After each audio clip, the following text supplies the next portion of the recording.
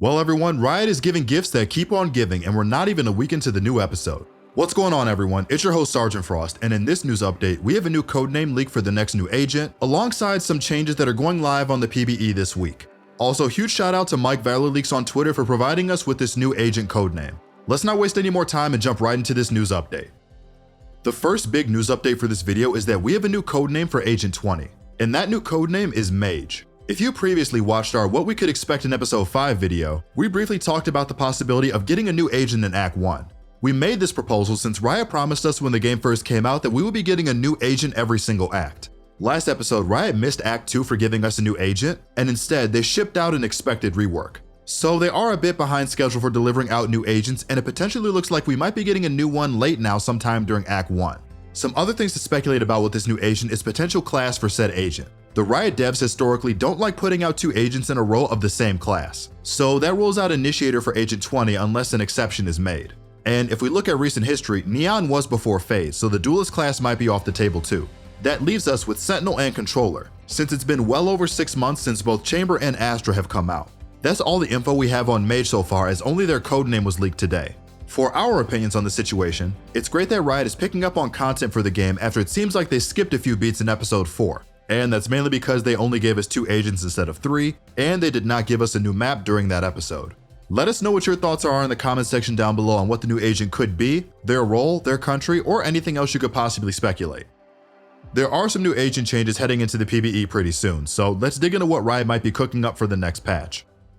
Phoenix's Curveball is looking to get buffed on the PBE. Curveball is getting the max duration of the flash increased from 1.1 seconds to 1.5 seconds, and the flash windup time is being decreased from 0.7 seconds to 0.5 seconds. That's not everything though, his wall blaze is being changed to where if he stops bending the wall early, the gun will come out faster. And the final change to his ultimate is he will now spawn back with the same amount of shield he started with.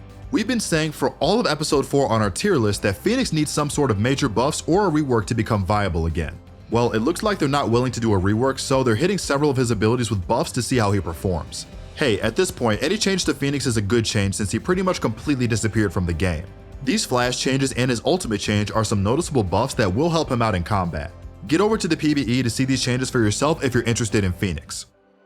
Yoru is apparently in the devs' crosshairs for changes, since his rework was received well, but he's not exactly where the devs want him to be in terms of power levels yet. Yoru's ultimate is getting some pretty sizable buffs. His time to unequip has been decreased from 1.2 seconds to 0.8 seconds, and the duration of his ultimate has been increased from 10 to 12 seconds. First off, making his ultimate longer is only a good thing, as it allows Yoru to travel farther and plan out his attack coming out of his ultimate even longer. So a 2-second duration buff is huge, and an even bigger buff is that the ult unequip time is now 0.4 seconds shorter, which means you have a better chance to fight back when now unequipping his ultimate. These changes will make a huge impact on Yoru as it makes his ultimate overall better, and it makes the potential for his ultimate plays even deadlier. I can't wait to see these potential changes go live. The final potential agent change belongs to KO. KO's fragment nade is getting the line of sight requirement removed to deal damage, and the range of the zone of the nade is being decreased from 10 meters to 8 meters. The line of sight change helps out KO because enemies who are able to stand on top of the nade but dodge the line of sight of it were able to not take any damage from the nade. With this new change, that is no longer the case, and regardless of if you see the eye of the nade or not, you will still take damage. And the range of the zone of the nade is a slight nerf, but it's nothing too huge. Losing 2 meters on its radius is not a big enough nerf to really hurt KO or make him unviable. As long as the damage stays the same, the nade is fine. You just need to be a little bit more precise now when you're throwing it. KO's last change deals with his ultimate. KO's allies are the only ones that hear the full audio when KO is now revived. Enemies will only hear a short audio cue. This is a nice buff for KO's ultimate. One of the biggest flaws of KO's ultimate was that if he gets revived while downed, it made a long continuous audio cue that signals for enemies to swing him so he can kill the person reviving him.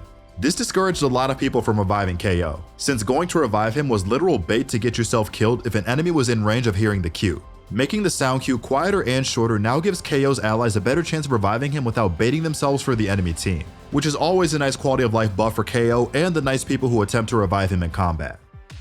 And the last change you will notice on the PBE are some new voice line changes for a couple of agents. Phoenix now has 1 new voice line, and Killjoy has 22 new voice lines and 1 removed voice line. Well everyone, that's all we have for this first official news update on PBE changes for Episode 5. If you enjoyed this video, then be sure to drop a like and consider subscribing to our channel. Also, don't forget to check out ProGuides.com for the very best on-demand coaching. This has been Sergeant Frost, and good luck on the grind in the new episode.